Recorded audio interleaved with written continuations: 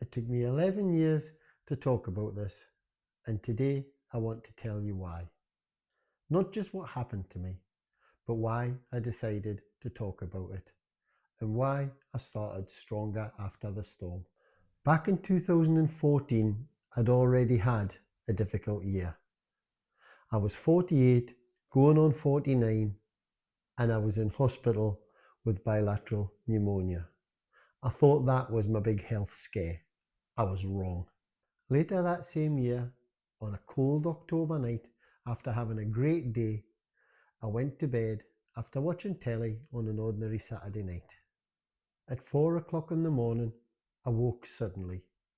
I knew something was badly wrong. I was terrified. I got up, I scrambled down the stairs, I looked in the mirror.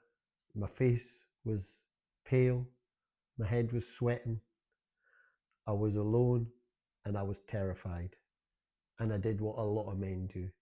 I talked myself out of asking for help more than once before I made that 999 call. The ambulance came. I was rushed through to Edinburgh, blue lights flashing. People moved around me quickly. I was lying there, terrified, not knowing what was going to happen. I was completely alone. And even now, all these years later, I can still remember every little thing about how that felt. While I was sitting there waiting on the ambulance, I looked across the room at all my photos. My sons, my daughters, my two wee granddaughters, all smiling back at me. And the thing that hit me hardest wasn't the fear for myself. What would this do to them? How would it make them feel? What would I miss? How would they wake up to that news? And even now, I can still see and feel that room clearly. Life moved on, but not completely. Yes, thankfully, I survived. I was treated. I recovered. And a few months later, I was back out in the forestry, back earning, back to being the man I thought I was supposed to be. From the outside, life moved on, but underneath it, not everything moved on with it. The fear, the anxiety, the questions, the awareness of time, the things you don't say out loud, I carried that quietly for a lot of years. And 2.5 years later, I ran my first marathon. I'd always been a keen but novice runner, and I'd always wanted to do one. I needed to prove something, not to anyone else, to myself, that life could be strong, that I could be stronger, that I wasn't finished, that this wasn't the end of the story. And when I finally crossed that finish line, I realised something important. My heart attack wasn't the ceiling, it was the floor. But even after that, I stayed quiet about most of it, because that's what many men do. We survive something major, then we carry on, back to work. We go quiet.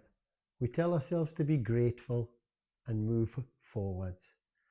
But the mental side of recovery doesn't move forwards like that. The emotional side doesn't run to a timetable. It can sit quietly in the background for years. And I know I won't be the only man that's happened to. So why I started talking now? Something changed in me. I'd spent years thinking how my experience could help others rebuild. I kept thinking about men my own age, men going through difficult things, life-changing things, heart attacks, loss, anxiety, identity shift, the kind of storms life brings. And I kept coming back to one thought. Maybe the thing I went through, maybe my own experience, could help someone else. And once that thought arrived, I couldn't ignore it. And that's why I started this. I didn't start this to be an expert. I didn't start it to lecture anyone. And I didn't start it pretending I had all the answers.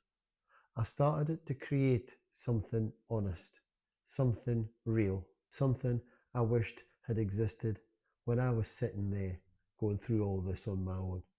Some place where a man could hear, you're not going through this on your own.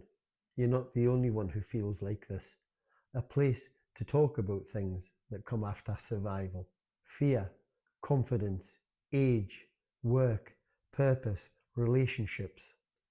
The doctors and surgeons fix the heart. But the head noise that stays with you after that, that's down to you to figure out by yourself. What it's been like, why the camera, why now? I'll be honest, this has helped me a great deal too. Because when you finally start talking about something that you've sat with quietly for years, you realise there's a lot still in there. Not in a bad way, just in a real way. It's helped me understand myself more. It's helped me reflect. It's helped me make peace with parts of the story that I'd never processed before. And every single morning when I get up, when my feet touch the floor, I give thanks because I know how different that story could have been. And today feels like another step because this is the first time I've spoke directly to a camera. Because after everything I've shared on the podcast, you deserve to see this face to face. And where do I want Stronger After the Storm to go? More honest conversations, practical support, more reflections on the real side of recovery. Hopefully, a growing community of men rebuilding lives after difficult things. Because this has come more than about heart attacks. It's about survival. It's about rebuilding. It's about becoming stronger after whatever storm you've been through.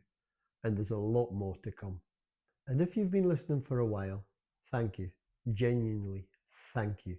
You've no idea how much it means to be connecting with people all over the world. And if this is the first time you've found me, you're welcome here. Take what helps, leave what doesn't. But know this, whatever you're carrying now, you're not walking it alone. Not even close. And if you've never told your story, maybe it's time. And if the head noise still shows up from time to time, the link to my free 7-day mind reset plan is in the description below. Please go check it out. It's built from the things I learned in those first few early raw days. And if this episode connected with you, share it with someone who might need it. It might just help them say something they've been sitting on for a while. And tell me in the comments what you'd like me to cover, because that's what I want to talk about next. This is Stronger After the Storm. I'm Dougie. Thank you for listening, and I'll see you next time.